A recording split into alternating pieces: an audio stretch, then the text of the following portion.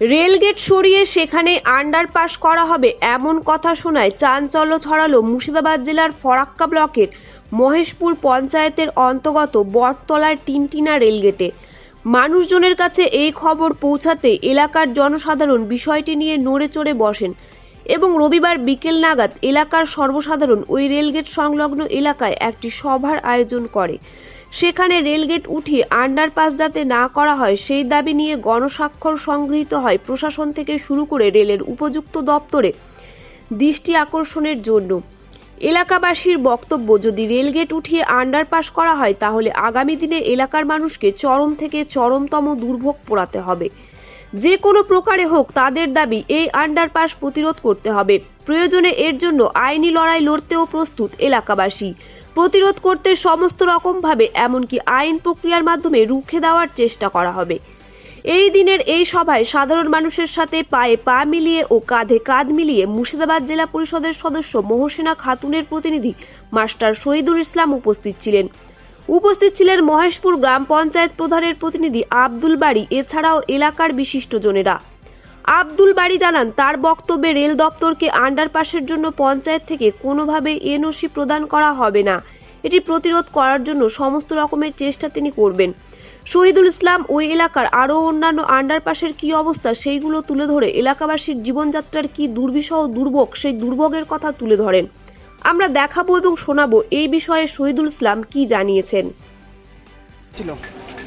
আজকে আমাদের যে কর্মসূচি সেটা হচ্ছে যে এই যে টিনটিনা রেলগেট দেখছেন, এটা যুগ যুগ ধরে রেলগেট আছে, আর আশেপাশে যে রেলগেটগুলো ভেঙে দিয়ে সেখানে আন্ডারপাস করে দিয়েছে 5-7 বছর আগে। তো যেখানে যেখানে আন্ডারপাস হয়ে আছে ইতিমধ্যে সেখানকার মানুষের এত সমস্যা ঝামেলা বর্ষাকালে বিশেষ করে, আর বড় গাড়ি তো পাস হয় না, বর্ষাকালে একটা বিরাট সমস্যা। সবথেকে দুঃখের কথা হচ্ছে যে এই পাশেই খোদাবন্দপুর আন্ডারপাস আছে, বর্ষাকালে একটা মৃত লাশকে পশ্চিম পারে কবরস্থানে নিয়ে যাওয়াও খুব কষ্টকর হয়। তো মরার পরে কি শান্তিতে কবরখানেও যেতে পারবো না? আর এই মধ্যে আবার শুনতে পাচ্ছি যে রেল দপ্তর এই টিনটিনা রেলগেট, যেটা দিয়ে সমস্ত গাড়ি ঘোড়া এখান দিয়ে মূল ঢোকা রাস্তা এই এলাকার টোটাল একমাত্র এটা, এইখানে আন্ডারপাস নাকি করবে রেলগেটটা ভেঙে দিয়ে আমরা শুনেছি বিভিন্ন মাধ্যম থেকে। তাই আমরা সবাই মিলে উদ্যোগ নিয়েছি, এখানে রেলগেট ভাঙা যাবে না, এখানে রেলগেট ভাঙা যাবে না, আন্ডারপাস করতে দেওয়া যাবে না। শুধু এখানে নয়, অর্জুনপুরেও শুনেছি, সেখানেও আমরা প্রতিরোধ করব, প্রতিবাদ করব। রেল দপ্তরকে জানাবো, আমাদের রাজ্য সরকারকে জানাবো, মহাদেবনগরও সেখানেও জানাবো। আগামীকালকে বিডিও অফিসে আমাদের বিডিও সাহেব মিটিং ডেকেছেন, বিডিও সাহেব মিটিং ডেকেছেন, আমাদের পঞ্চায়েত সমিতি, জেলা পরিষদ, এমএলএ সবাই থাকবেন, কী সিদ্ধান্ত হয় দেখব। এবং আমরা আমাদের রেল দপ্তরকে জানাবো যে এলাকার মানুষের দাবিটা জানাবো যে আমাদের এখানে আন্ডারপাস করতে দেওয়া যাবে না, এলাকার স্বার্থে আমরা এটা মেনে নেব না। এই হচ্ছে আমাদের মূল লক্ষ্য।